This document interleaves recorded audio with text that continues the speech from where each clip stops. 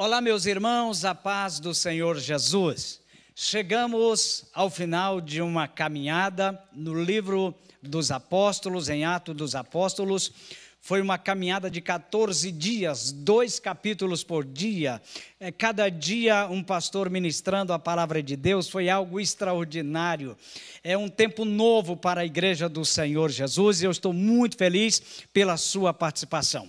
E hoje nós vamos estar terminando Atos, os capítulos 27 e 28, e eu quero pedir a você encarecidamente, olha, na hora que você entrar e estiver já na sala, onde vai estar no YouTube, você pode convidar alguém, marque alguém, convide alguém, se manifeste. Tá bem? Se manifeste na nossa página, dizendo aleluias, glória a Deus, dizendo amém, falando alguma coisa, convidando um amigo, porque esse é um tempo novo para a igreja, é um tempo de mover de Deus nas nossas vidas. Eu creio que a minha vida e a sua vida nunca mais serão as mesmas, depois de nós termos estudado Atos dos Apóstolos. Uma mensagem de fé e de esperança a igreja recebeu nesses dias. E para fazer uma síntese do capítulo 27 e 28, eu convidei um amigo, pastor Alain Brizotti, e com certeza ele tem uma palavra de Deus aos nossos corações.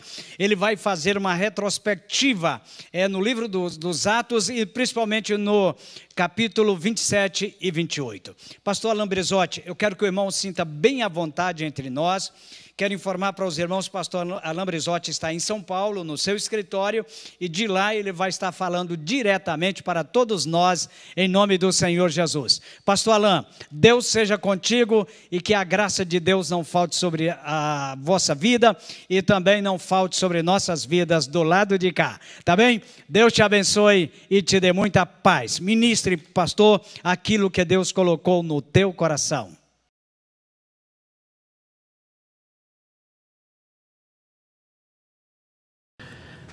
Meus irmãos, a paz do Senhor, eu sou o pastor Alain Brizotti, eu estou muito feliz de estar aqui com vocês essa noite. A minha gratidão ao pastor Zé Fernandes, meu amigo, obrigado pela oportunidade de poder dividir com os irmãos algumas coisas tremendas que nós temos da parte de Deus nesse texto tão espetacular que são os capítulos 27 e 28 do extraordinário livro de Atos dos Apóstolos.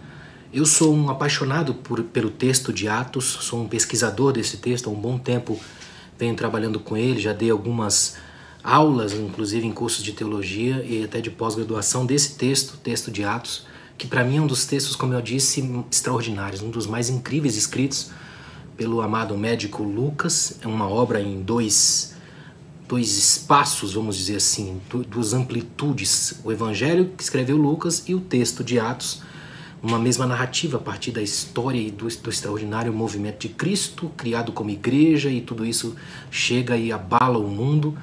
E ele vai contar com requintes de historiador, coisas assim extraordinárias no texto de Atos. Aliás, uma das coisas que eu acho mais incríveis é no livro de John Stott, A Mensagem de Atos, quando ele diz que Deus poderia ter preservado os sermões dos apóstolos, mas ele não preservou. Ele preservou os atos, praxeis ton apostolum, a prática de vida dos apóstolos. Essa é a frase do original grego desse texto, praxeis ton apostolum, a prática dos apóstolos. Ou seja, o Espírito preservou não apenas o que os apóstolos falaram, o seu querigma, a sua proclamação, mas seu ato, suas atitudes, sua história. Isso é fantástico.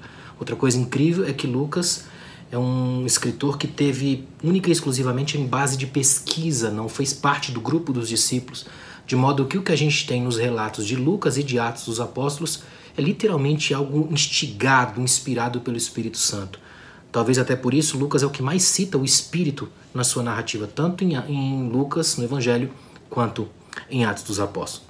Eu queria, para não me alongar muito também, porque assim, tem muita coisa nesses 2 capítulos, dava para falar diversas horas, mas eu não vou me alongar muito, então eu vou dividir, para ficar mais fácil de entender, em 2 etapas. Na primeira etapa, eu quero falar um pouco do capítulo 27, dando alguns insights até mais devocionais, voltados para a nossa casa, para a nossa família, para a nossa luta, porque tem muitas lições a se extrair daquela ideia que é de Paulo embarcando, indo para Roma, o naufrágio e aquela série de coisas pontuados pelos versículos que há no capítulo 27. Depois no capítulo 28 eu faço questão de ir praticamente versículo por versículo, só mostrando algumas coisas que são muito importantes para colaborar com a leitura dos irmãos. Amém, meus irmãos? Olha que interessante. Atos 27 e 28, obviamente eu não vou ler o texto, que é muito grande, mas vocês têm aí, mas eu quero ler o finalmente, o fechamento do texto de Atos, que é um texto que a gente costuma dizer em teologia, um texto que não termina. Ele nos convida a continuar na história. Atos 28, os versos 30 até o 31, 30 e 31, diz assim, Paulo morou durante 2 anos inteiros na casa que havia alugado e recebia todos que o visitavam, pregando o reino de Deus e ensinando as coisas concernentes ao Senhor Jesus Cristo, com toda a liberdade, sem impedimento algum. Olha que tremendo. Sem impedimento algum. Meus irmãos, isso é o finalzinho do livro. Só que no capítulo 27, Paulo é enviado para a Itália e ele sofre um naufrágio. E é terrível. A forma como Lucas coloca a narrativa, cheia de detalhes, nome das embarcações e tudo mais, uma série de coisas que são assim extraordinárias, servem como uma carta mesmo de navegação dos tempos antigos, serve para muita coisa para a gente.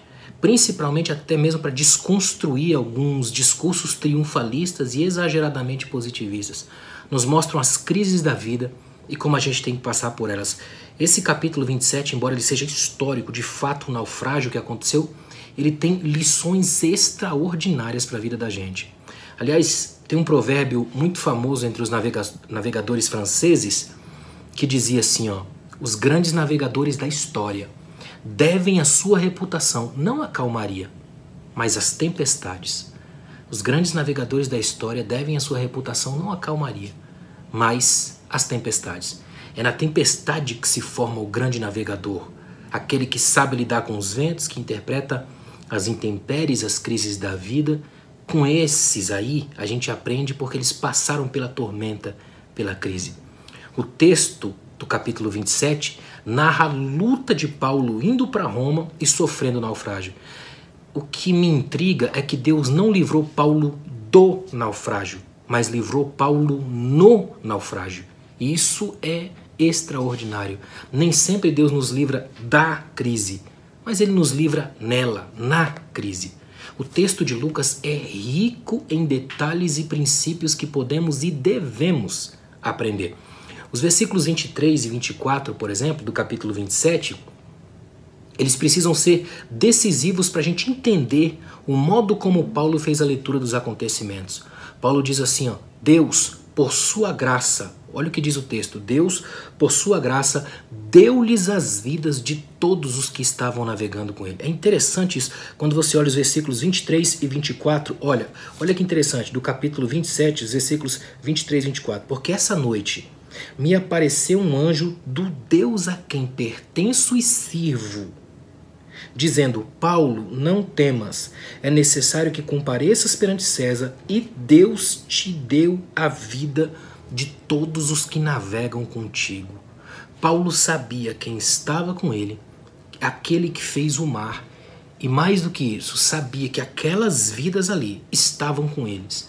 Deus lhe deu essas vidas. É espetacular o modo como Lucas pontua isso, essa certeza que moldou Paulo no enfrentamento de toda aquela crise, de toda aquela angústia, de todo aquele desespero, a desesperança de estar no mar, numa tempestade, numa luta daquela, por causa de uma certeza. Isso aqui, irmãos, é extraordinário. Certezas devem definir o nosso enfrentamento das lutas. Então eu quero, nessa primeira parte aqui, nesse capítulo 27, refletir sobre algumas verdades que podemos aprender com esse texto, porque elas são didaticamente muito profundas para a gente.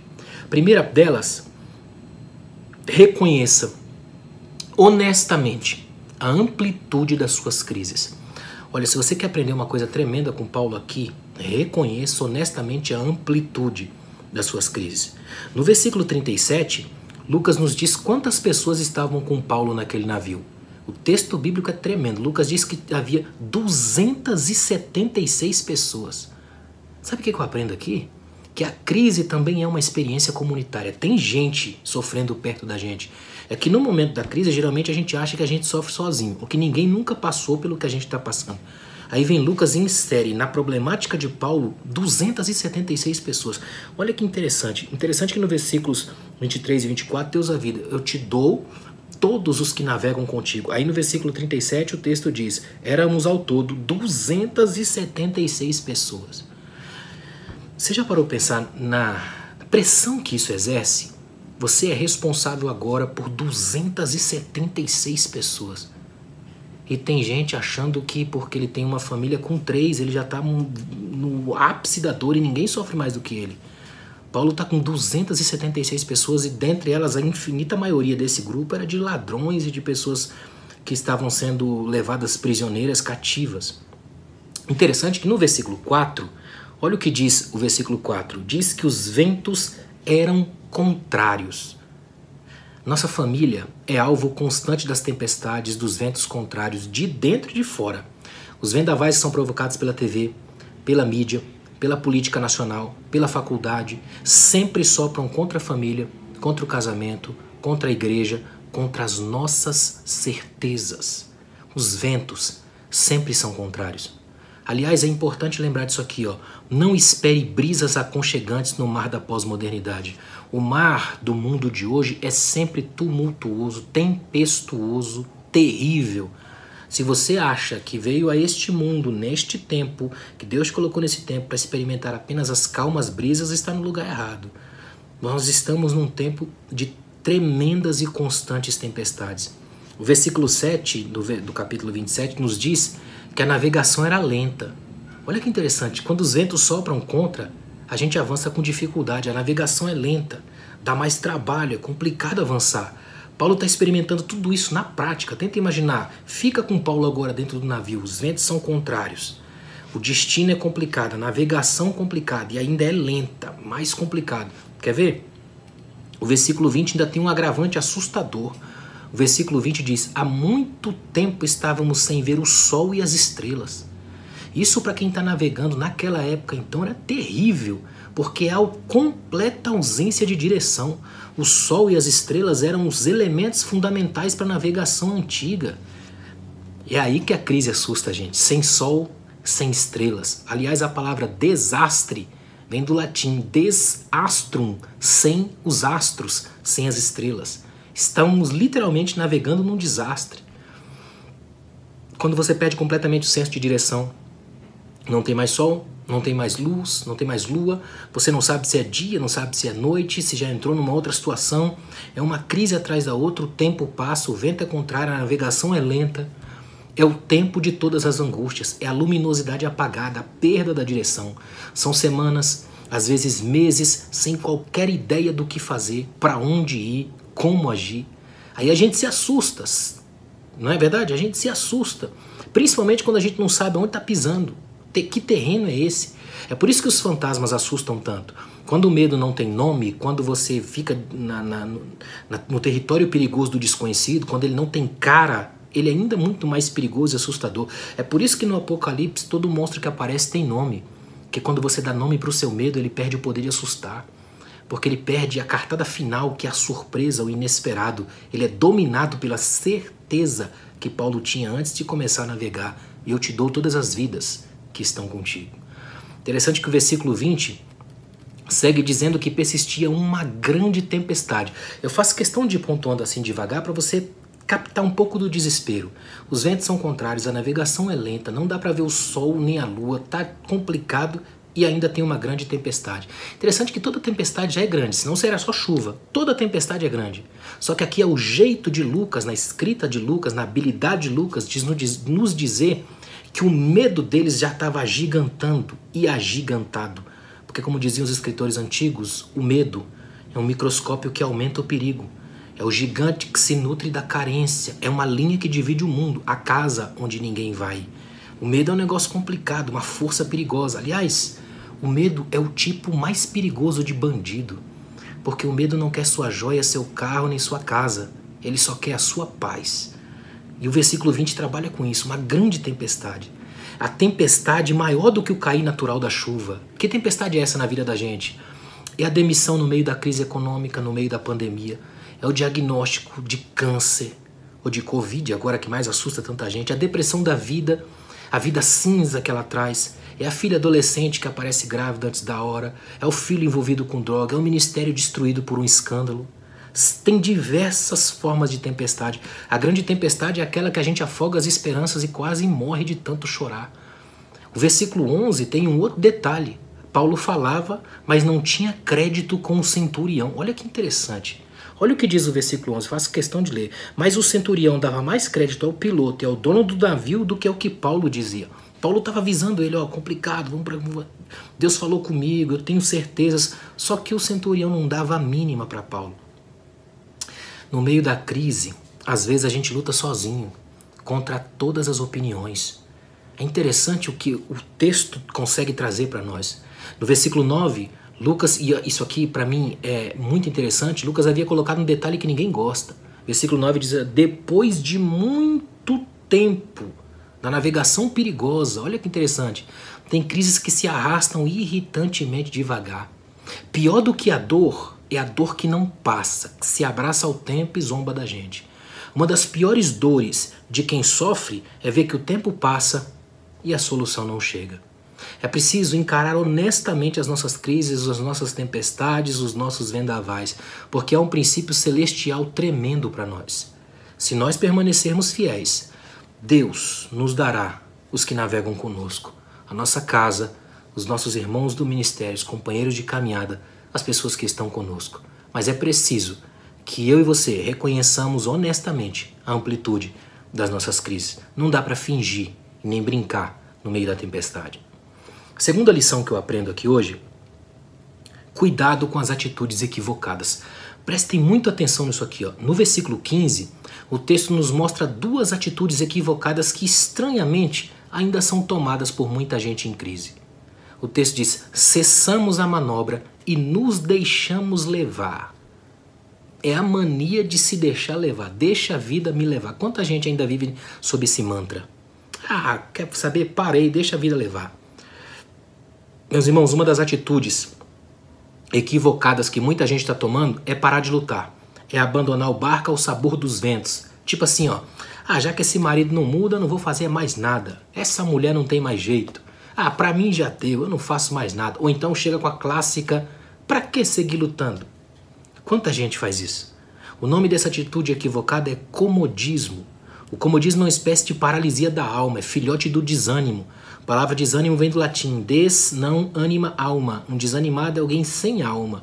Aí Jesus chega em Mateus 16, 26 e pergunta, o que adianta o homem ganhar o mundo inteiro e perder a alma? Desânima. O que adianta ganhar o mundo inteiro e ser um desanimado da vida?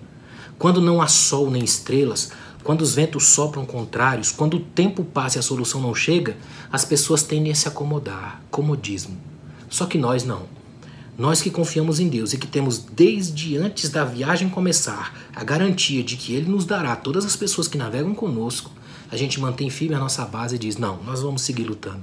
Porque temos uma promessa, temos uma certeza, temos uma graça. Olha que interessante, no versículo 30, Lucas nos mostra outra atitude que é equivocada, que muitos ainda cometem. Os marinheiros tentaram fugir do barco. Quantos caem nessa armadilha? Na hora da crise, fogem.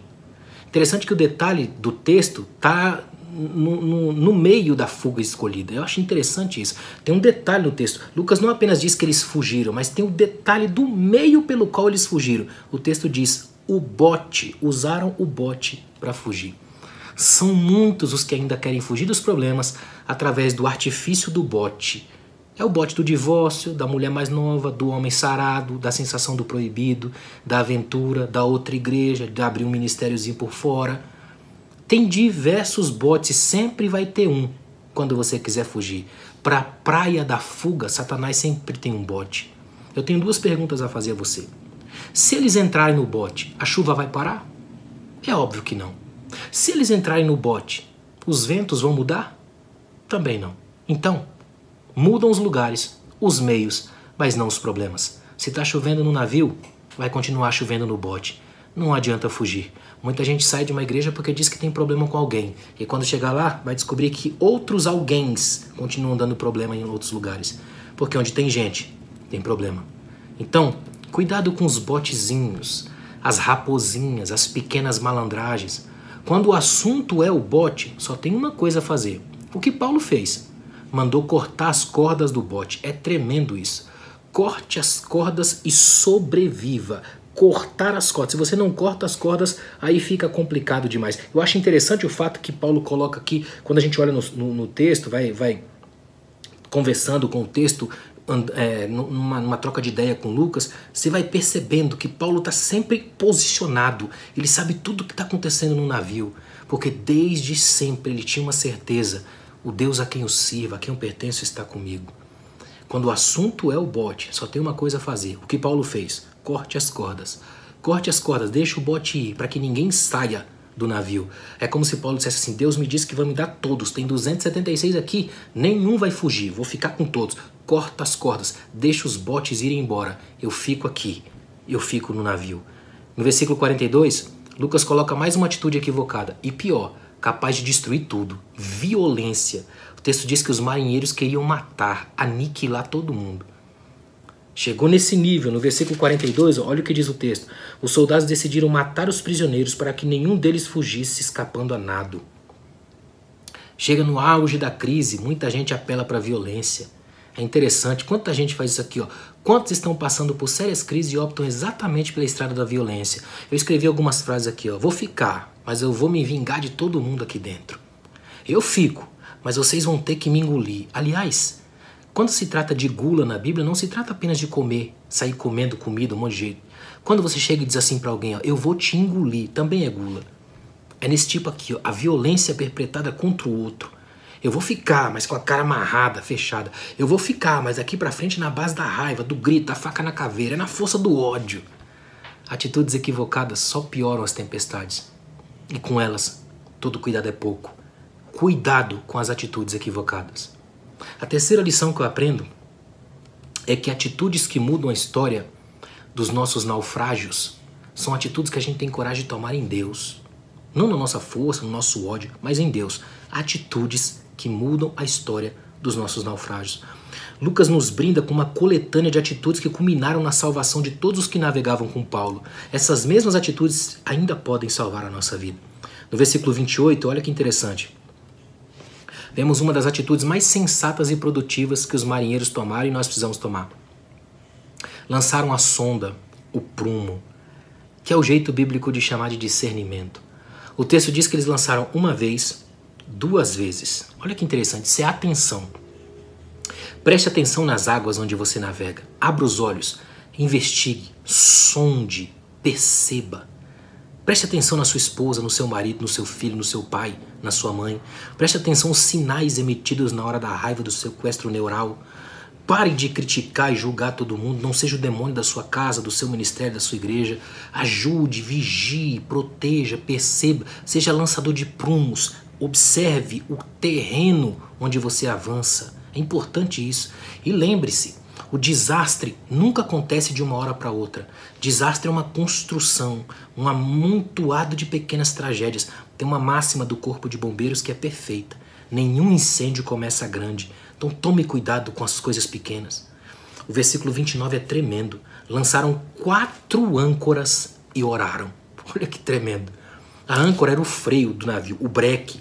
Uma sábia atitude é compreender a hora certa de parar e orar. Tem dias que a gente tem que parar tudo e orar. Tem dias que a gente tem que parar tudo e lançar 4 âncoras.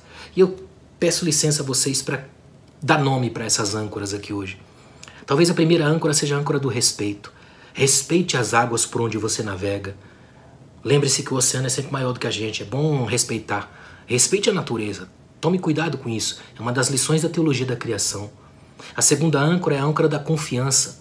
Você deixa de ser escravo das suspeitas e passa a confiar, acima de qualquer coisa, nas palavras que Deus te disse antes. Eu vou te dar todos os que navegam contigo. Terceira âncora é a âncora do amor. Só sobrevive quem ama, quem quer viver. Paulo mesmo vai dizer, ó, ainda que eu falasse as línguas dos homens e dos anjos, mas sem amor, que significado teria? Tudo barulho vazio, é o amor que faz. E a quarta âncora, a da sabedoria, a busca da profundidade que nos livra dos perigos das rochas submersas. Lance âncoras, preste atenção, sobreviva. Interessante que nos versículos 19 e 38 aparece a atitude mais difícil de tomar. Lançaram fora a armação do navio, jogaram o trigo ao mar. Aí é renúncia. Às vezes a gente tem que abrir mão de algumas coisas. Renúncia. Aí uma coisa complicada, eu tenho um amigo que diz que renúncia que não dói não é renúncia. A armação do navio era uma coisa muito cara e séria, muito importante, assim como o trigo. Para salvar a própria vida, às vezes a gente tem que abrir mão de algumas coisas que não são caras. É difícil abrir mão, é complicado abrir mão. Até porque é aqui que a vida aperta, que a doação machuca, é perder um emprego ou um negócio para salvar a própria família, a esposa, a filha. Abrir mão de coisas importantes não é uma coisa simples. É um processo extremamente doloroso. Tem gente, inclusive, que bate no peito e diz: disso aqui eu não abro mão. Então pode ter certeza que você vai afundar. No versículo 44 tem uma atitude extremamente dolorosa, radical e dificultosa. Eles agarraram-se em tábuas e destroços. O navio se arrebenta todo e o pessoal começa a se agarrar em tábuas. Eu fico imaginando essa cena. Às vezes, no meio da tempestade, dos ventos contrários, vai sobrar muito pouco. Não é filme de sessão da tarde, é a vida como ela é. Pode sobrar bem pouco, tábuas e destroços. Mas pegue o que sobrar da crise e sobreviva. Vença. A vitória não está num barco novo, está em chegar vivo. É a vida a grande vitória. Olha o que eu escrevi aqui, ó. Às vezes, numa crise imensa que a gente passa na vida, vai sobrar tão pouco, mas o que sobrar é nosso. Às vezes vai sobrar só um velho doente, maltratado pelas escolhas erradas que fez na vida, mas é seu. Às vezes tudo que vai sobrar é uma filha problemática e depressiva, mas ainda é sua filha. Às vezes vai sobrar um filho detonado, arrebentado, mas é seu filho. Vai sobrar uma congregação problemática caindo aos pedaços na esquina do nada com coisa nenhuma, mas você será o pastor dela. Você vai agarrar o que sobrar e dizer: é meu. Deus me deu. Você vai agarrar o que sobrou e vai remar. E uma coisa é certa, você vai chegar com todos os que navegam com você. Sabe por quê? Porque coisas podem se perder, mas não perca as pessoas que Deus colocou para navegar na vida junto com você. No versículos 23, 24 e 25, Paulo nos mostra por que ele venceu. Eu acho tremendo isso. Porque ele não pulou do barco, ele não desistiu, não pegou o bote, nem saiu batendo em todo mundo. Paulo fez 3 coisas fantásticas. Ele diz, na verdade, isso que me encanta. Ele fala 3 coisas, que essas 3 coisas são espetaculares. Primeiro que ele diz: o Deus a quem eu pertenço. Eu sou de Deus, eu pertenço a Deus. Não vivo mais eu, mas Ele vive em mim. A segunda coisa que ele diz: o Deus a quem eu sirvo. Ele é o Senhor da minha casa, das minhas causas e dos meus naufrágios. Eu sirvo a Ele. Não apenas quando está tudo bem, eu estou num iate, mas quando eu estou nos destroços, agarrado a tábuas, eu ainda sirvo a Ele. Depois ele vai dizer: o Deus em quem eu creio. Segurança. Ele disse que aconteceria, então vai acontecer. Sabe o que ele está dizendo? Eu sou de Deus, eu sirvo a Deus e eu estou seguro em Deus. Sabe por que a gente vai conseguir chegar seguro? Porque se Deus estiver no barco, as ondas, os ventos e as crises não podem nos derrotar. Porque ainda que em destroços, segurando a pedaços de tábuas, a restos de navio, a gente ainda vai chegar. Porque quem garantiu é fiel. E se ele fez a promessa, ele cumpre. Essa aqui é uma primeira parte, para a gente olhar um pouco para esse capítulo 27, que é tão espetacular, com tanta coisa acontecendo, com tanta lição para a gente. Aí eles chegam, e aqui entra o capítulo 28, que eu queria ir praticamente verso por verso, com calma com vocês. Esse capítulo 28 é de uma grandeza. Eu fiz algumas anotações aqui para passar para vocês, porque é extraordinário. Eu estava agora há pouco aqui, coração queimando, lendo o que eu estava compilando aqui. Coisa fantástica que é esse capítulo 28. Eu fico imaginando o quanto o Espírito inspira Lucas para escrever desse modo esse final. Olha que interessante. Diz que depois que no capítulo 28, verso 1, depois que alcançaram a praia, descobriram que a ilha se chamava Malta, ao sul da Sicília. Interessante, da Cilícia, né? A Malta é uma palavra cananita que significa refúgio. Interessante, saem do mar arrebentados e vão para uma praia num lugar cujo nome significa refúgio. Segundo os historiadores, era habitada por um povo de ascendência fenícia. Interessante que do ponto de vista de um romano, aí no versículo 2 eles vão achar que eram bárbaros.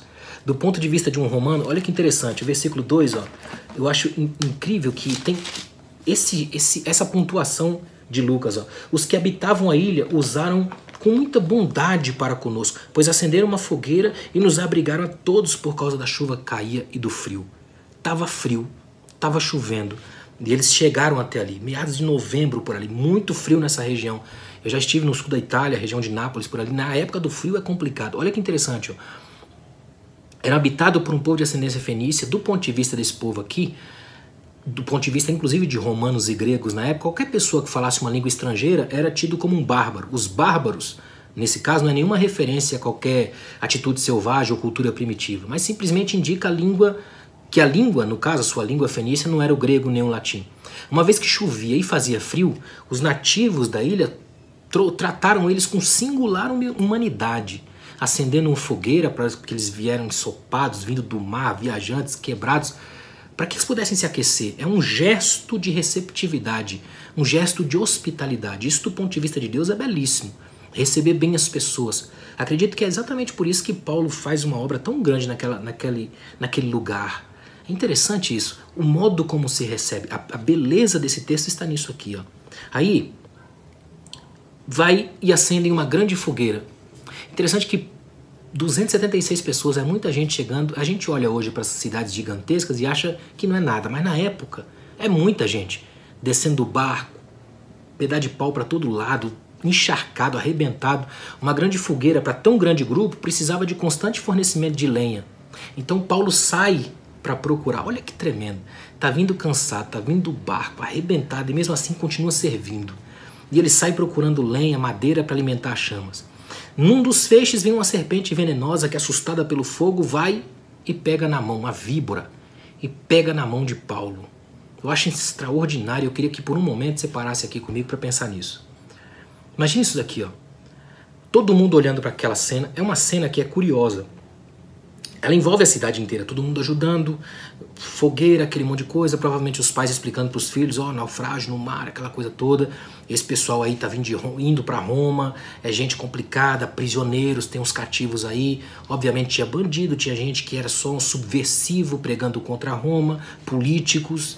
De repente, todo mundo de olho naquela cena, quando vem Paulo buscando lenha e vem uma serpente e pega na mão de Paulo. Olha que interessante.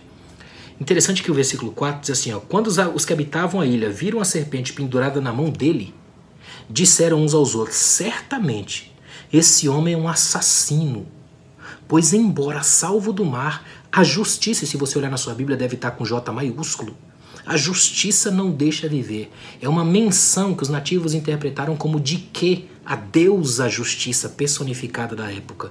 Os nativos interpretaram esse acontecimento em termos da própria superstição, da teologia deles. Concluíram que Paulo realmente era um assassino, porque mesmo escapando da morte no mar, de que a justiça da época, a deusa da justiça, elaborou outro destino para ele.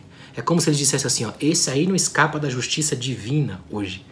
Esse é o pior deles. Olha que interessante, ó. Olha a leitura. Ele acaba de sair do mar, de ser o elemento fundamental da salvação de 276 pessoas. E agora toda a cidade, com apenas um olhar de longe, cria uma narrativa equivocada do mal sobre Paulo. É por isso que a gente nunca pode basear o nosso ministério no que diz a multidão. Porque a multidão é volúvel, flexível e troca de mentalidade numa velocidade assustadora. Os versículos 5 e 6 mostram que quando Paulo sacudiu a mão, como se nada tivesse acontecido, fazendo a serpente cair de volta no fogo, sem ele sofrer dano algum, imediatamente a teologia mudou. Olha que interessante. Ó. Os nativos chegaram à conclusão de que estavam completamente equivocados. Em lugar de vítima dos deuses, ele mesmo era um ser divino, que não podia ser ferido pelos infortúnios comuns aos homens. Olha que interessante. Veja como a narrativa, a teologia vigente mudou tão rápido. Tenta imaginar isso aqui, ó. Todo mundo de longe, esse é o pior deles. Tem mais de 200 aí, mas esse aí é o pior, porque esse escapou do mar e de que a justiça divina veio e matou. Só que aí de repente começa a olhar e fala, peraí, ele não está morrendo, não morre, não incha, não passa mal. Quem é esse? Bom, já não é um bandido pior de todos. Esse é Deus, é um deles. Esse é a própria justiça. Esse homem é espetacular. Ah, a multidão é sempre assim, muda numa velocidade incrível. Versículo 7 vai mostrar o principal da ilha, a autoridade governante do momento. Interessante que a palavra usada foi encontrada em 2 inscrições como título conferido a uma autoridade da ilha. Aí a gente não sabe se esse era o principal, era uma autoridade nativa ou um representante de Roma. Ainda tem uma discussão sobre isso. Esse Públio, tem o nome dele, tinha um patrimônio nas proximidades onde hospedou Paulo e seus companheiros por 3 dias, dedicando a eles uma graciosa hospitalidade. Foi além, né? Não apenas recebe na ilha e bota uma fogueira, também leva para dentro de casa. Quando chega lá, olha que interessante, no versículo 7 e 8, o pai de Públio estava com disenteria e febre.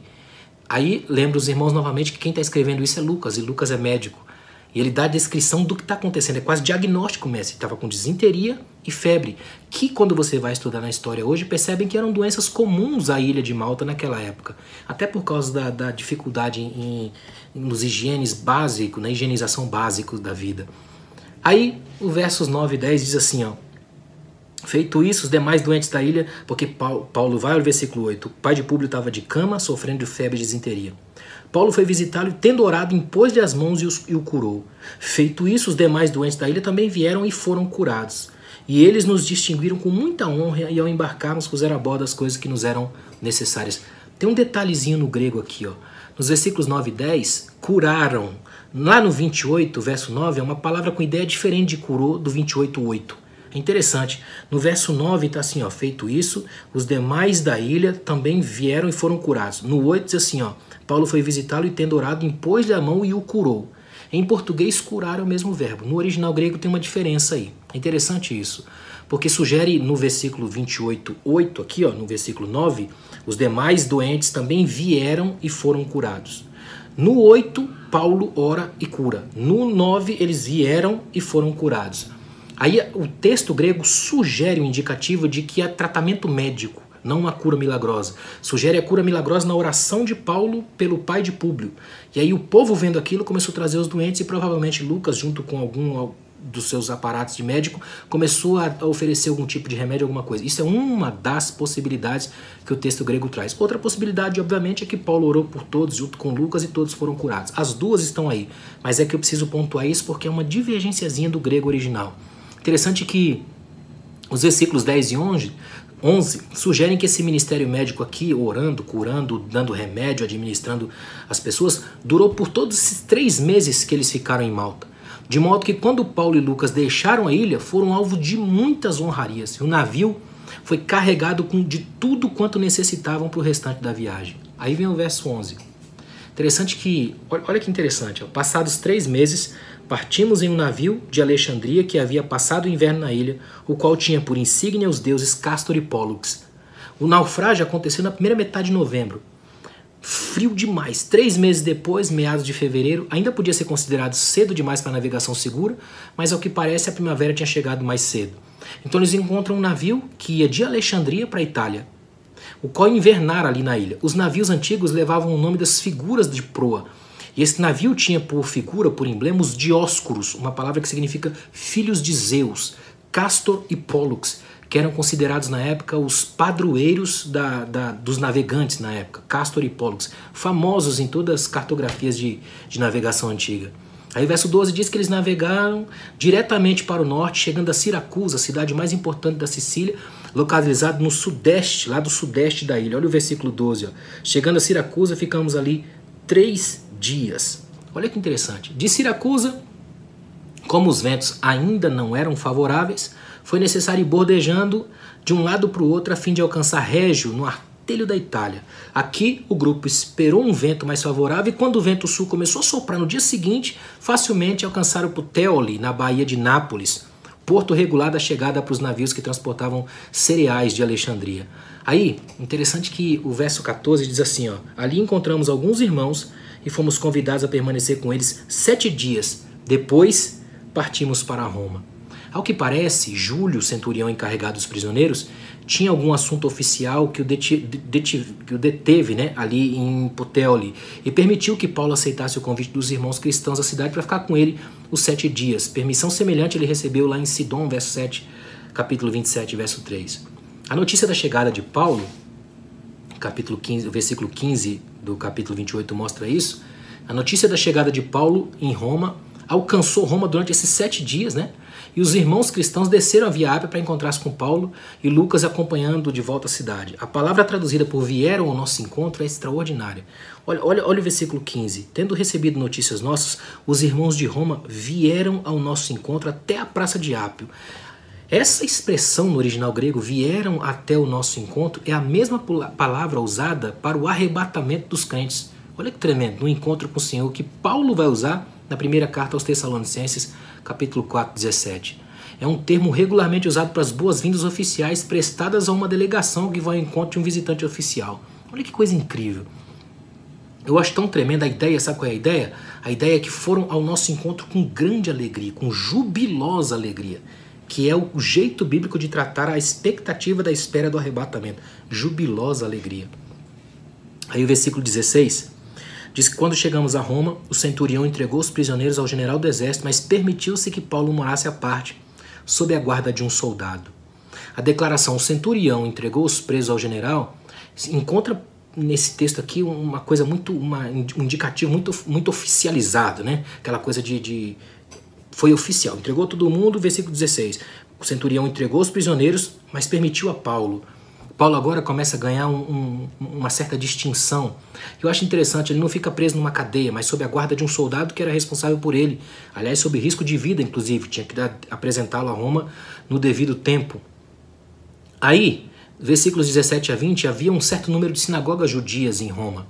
Mas estando Paulo prisioneiro, ainda que desfrutando de certa liberdade, não lhe era fácil visitar essas sinagogas. Por isso ele convoca os líderes dos judeus para lhe expor o caso dele. Declarou que não violara nenhum dos costumes judaicos, que era um homem inocente, que fora entregue como prisioneiro nas mãos dos romanos. Apesar do fato dos romanos terem desejado libertá-los, os judeus se opuseram a essa decisão e por isso Paulo sentia que a sua única via de escape era apelar para César. Só que Paulo não queria fazer nenhuma acusação contra os judeus por causa do tratamento que lhe fora dispensado. Ele era prisioneiro apenas pela esperança de Israel. Com isso, queria dizer que a sua fé cristã era o verdadeiro cumprimento da esperança do povo de Deus. Aí vem um dos versículos 21 e 22. Olha que coisa interessante. Ó. Versículos 21 e 22. Mas eles lhes disseram, não recebemos cartas da Judéia a teu respeito, nem veio aqui irmão algum que relatasse ou dissesse algum mal de ti. No entanto, gostaríamos de ouvir de ti o que pensas, porque sabemos que por toda parte fala-se contra esta seita. Preste atenção nisso aqui. Ó. Os líderes judeus declararam que não receberam nenhuma carta, nem emissários de Jerusalém acusando Paulo de coisa alguma. Mais ainda, deram a entender que não estavam familiarizados com esta seita a qual Paulo pertencia, mas tinham ouvido contar que era fortemente criticado em outros lugares. Um dos teólogos mais respeitados, chamado F.F. Bruce, no seu comentário em Acts, ele sugere assim, ó, logicamente, que a esta altura os líderes judeus não estavam falando a verdade. É interessante isso. Bruce diz que seria impossível eles não estarem familiarizados com a igreja cristã em Roma, uma vez que sabemos da carta de Paulo aos romanos que ali existia uma igreja vigorosa. Você pode ver isso no capítulo 18, verso 2 de Atos. Mais ainda, é muito improvável que os judeus romanos não tivessem recebido um aviso de Jerusalém, porque mantinha-se constante comunicação entre as duas cidades. Entretanto, ao que parece, nada se fez contra Paulo. Por quê? Porque os judeus acharam mais sábio dissociar-se inteiramente do caso para não incorrer em alguma ira romana, algum problema, vamos dizer, de governos entre Roma e o problema judaico. Aquela famosa malandragem. Bom, a gente não está sabendo de nada, fala aí o que você está vivendo para a gente ver como é que a gente vai reagir. Olha o versículo 23. Tendo eles marcado um dia, muitos foram encontrar-se com ele em sua casa desde a manhã até a noite. Paulo lhes explicava com bom testemunho o reino de Deus e procurava convencê-los acerca de Jesus, tanto pela lei de Moisés, e olha que interessante, tanto pela lei de Moisés como pelos profetas. Escuta isso daqui, ó. Algum tempo mais tarde, os judeus vieram novamente à casa de Paulo. Eles voltaram, eles marcaram para voltar lá, para ouvir as opiniões dele. A mensagem de Paulo consistia em testemunhar o quê? O reino de Deus, procurando persuadi-los a respeito de Jesus. As coisas referentes à pessoa de Jesus, ao reino de Deus, são conceitos visivelmente sinônimos. Então Paulo incumbiu-se de lhes mostrar que as coisas sobre Jesus e o reino de Deus eram um verdadeiro cumprimento da lei de Moisés e dos profetas, e que a fé ancestral de Israel encontrava o seu cumprimento na base cristã. Começou a explicar para eles. Na verdade, o que Paulo fez foi o que ele mesmo viveu. Ele pegou e redescreveu, repensou toda a sua teologia antiga, vamos colocar de Antigo Testamento, com base na manifestação de Cristo, no reino de Deus, linkando tudo isso na proposta cristã. Só que olha que interessante. Versículo 24 diz assim, ó, uns criam nas suas palavras, mas outros a rejeitavam. Dos versículos 24 a 27, a reação dos líderes judeus em Roma diante da mensagem de Paulo foi a mesma de sempre. Alguns creram, mas a maioria rejeitou a mensagem. Aí o que aconteceu? Paulo, vendo isso, ele cita Isaías, capítulo 6, versos 9 e 10, que descreve a ignorância e o embotamento espiritual do povo. Ouvem, mas não compreendem, veem, mas não enxergam. A situação angustiosa em que se encontra é desesperadora e não há possibilidade de se voltar para Deus. É interessante, o povo estava com o coração fechado. Aí entra o versículo 28. Estais ciente, olha o que Paulo diz. Então, de que esta salvação de Deus é enviada aos gentios e eles a ouvirão. O livro de Atos chega ao clímax com essa declaração aqui. O clímax do livro de Atos é essa declaração aqui, ó. A salvação de Deus foi enviada aos gentios, estejam cientes, e eles a ouvirão. Os últimos 8 capítulos do livro de Atos, ou seja, mais da quarta parte do livro, são dedicados ao registro das experiências de Paulo em Jerusalém e sua viagem a Roma. Aí surge a questão, por que Lucas dedicou tanto espaço a esses acontecimentos quando a sua narrativa anterior passou por alto de acontecimentos igualmente importantes como o sumário dos mais carentes, por exemplo?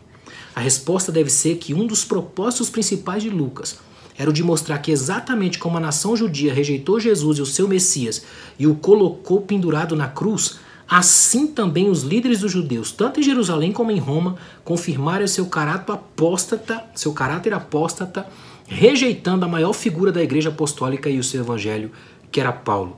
Por outro lado, onde quer que Paulo fosse, ele foi recebido pelos gentios devotos nas sinagogas e alcançou a proteção das autoridades romanas. A tônica, isso aqui é muito importante, ó, a tônica do caráter empedernido de Israel e a receptividade dos gentios está resumida em Atos 28, do 25 ao 28. Essas palavras permanecem como uma declaração formal do desgosto divino por causa da rebeldia de Israel. A partir daí, o evangelho encontrou acolhida entre os gentios. A rebeldia de Israel estava completa. Lucas faz um fechamento brilhante. Por isso que o final do livro de Atos deixa o leitor atencioso com muitas perguntas sem resposta na sua mente. Paulo morou em Roma por 2 anos completos, não em uma prisão, mas com liberdade de manter sua própria casa que alugara sob a custódia de um soldado romano. Isso não lhe concedia certa liberdade, mas capacitou a receber em casa aqueles que desejavam conversar com ele e ouvir sua mensagem. Aí, novamente, Lucas resume o mistério de Paulo em Roma com as 2 frases: pregando o reino de Deus, ensinava as coisas referentes ao Senhor Jesus Cristo. A conclusão óbvia é que as boas novas sobre o reino de Deus, olha que interessante que é isso, a conclusão óbvia é essa: as boas novas sobre o reino de Deus é um sinônimo das coisas pertencentes ao Senhor Jesus Cristo. Essa é a mesma mensagem que ele pregou aos líderes judeus quando vieram vê-lo logo após a sua chegada em Roma. Para Paulo, pregar o reino era pregar Cristo. Falar de Cristo era falar do reino. E a vida dele se resumia nisso. Aí a gente fica com as perguntas. Como é que foi o final de Paulo? Como é que termina esse final? A gente vai saber pela tradição que ele foi executado em Roma e tudo mais. As 3 epístolas pastorais que revelam terem sido escritas por Paulo refletem um ministério itinerante de pregação poderoso que se encaixava com cartas pastorais espetaculares. Aí esse final, mais ou menos abrupto do livro de Atos, tem tentado ser explicado de diversos modos. Fecha-se a história de Paulo e deixa que ele siga. É como se tivessem aberto. Daqui Paulo vai gerar suas melhores cartas. Ele vai ser preso depois e no final lá, martirizado, mas vai escrever cartas magistrais, por exemplo, para Timóteo, seu filho na fé. Aí, Lucas vem e olha que coisa tremenda que é isso. Alguns defendem que Lucas pretendia escrever um 3º volume para registrar o julgamento e a libertação de Paulo e as outras viagens missionárias, mas por algum motivo talvez tenha sido impedido de executar. Outra possível explicação é que Atos foi escrito durante o aprisionamento de 2 anos pois a gente vê em Filipenses, em Filemon, verso 24, e em Colossenses 4, que Lucas esteve com Paulo durante esse tempo em Roma. É provável que Lucas tenha ajuntado material para sua narrativa sobre a igreja primitiva durante esses 2 anos de detenção com Paulo em Cesareia e composto também o livro de Atos durante esses 2 anos em Roma. Pode ser, está em aberto isso. Nesse caso, a narrativa termina desse modo aqui, ó, porque ele terminou a história e no momento não tinha mais nada para registrar. A sensação que dá é que Lucas termina a história e diz assim, bom, daqui para frente é com você que lê. É como se ele tivesse fechado o texto no capítulo 28 com reticências. Eu tive um professor que dizia assim, Atos é o livro que nós ainda estamos escrevendo. O capítulo 29 não acaba. É incrível isso. Hoje nós estamos inseridos nessa história e nesse peso, porque somos, junto com Paulo, junto com Lucas e com todos os outros mestres da história do evangelho e da pregação cristã, ainda somos arautos do mesmo evangelho. Ainda pregamos as mesmas coisas e ainda precisamos pregar. A igreja de Atos dos Apóstolos é uma igreja vibrante, poderosa, extraordinária, mas a ênfase dela é toda evangelística. É uma igreja que evangeliza, uma igreja que vence. E ela evangeliza muito mais pelos atos do que pelas palavras. Por exemplo, Paulo consegue toda uma amplitude naquela ilha. Não é pregando só. É com o ato de chacoalhar uma serpente no fogo. É quase uma metalinguagem bíblica poderosa de dizer, olha o que eu faço com a malignidade. Eu vivo e sou e pertenço e sirvo a um Deus que a maior palavra dele é a vida. Gente, no tempo atual em que estamos vivendo é muito importante lembrar disso aqui, ó. Quer definir uma igreja verdadeira, um pregador verdadeiro, uma vida verdadeira? Defende-se a vida. A vida é a palavra central de toda a fé cristã, de todo o embasamento da espiritualidade cristã. Nós não defendemos a morte em estado algum. Nós lutamos contra ela porque o nosso Cristo ressuscitou. Ele não está mais aqui, já ressuscitou. A tônica do evangelho é a ressurreição. Então Paulo está dizendo, olha, aqui a grande justiça não é matar mais um só porque ele foi um pecador. É dar a ele a chance de viver de novo, só que agora uma nova vida, para a honra e glória daquele que nos chamou das trevas para a sua maravilhosa luz. Que a graça e a bênção de Deus esteja com cada um de vocês. Que vocês entendam que o que esses capítulos finais de Lucas, Atos nos revelam é que nós ainda fazemos parte desses engenheiros do amanhã, de gente que está escrevendo uma história nova para a glória de Deus, de gente que está fazendo diferença por onde passa, que está evangelizando, ganhando vidas, mexendo com gente, moldando histórias, fazendo com que os corações compreendam que ainda há esperança, que a morte não tem mais a última palavra, porque nós que aqui estamos somos arautos da vida. Muito obrigado, meus irmãos. Que Deus abençoe cada um de vocês. Fiquem na paz.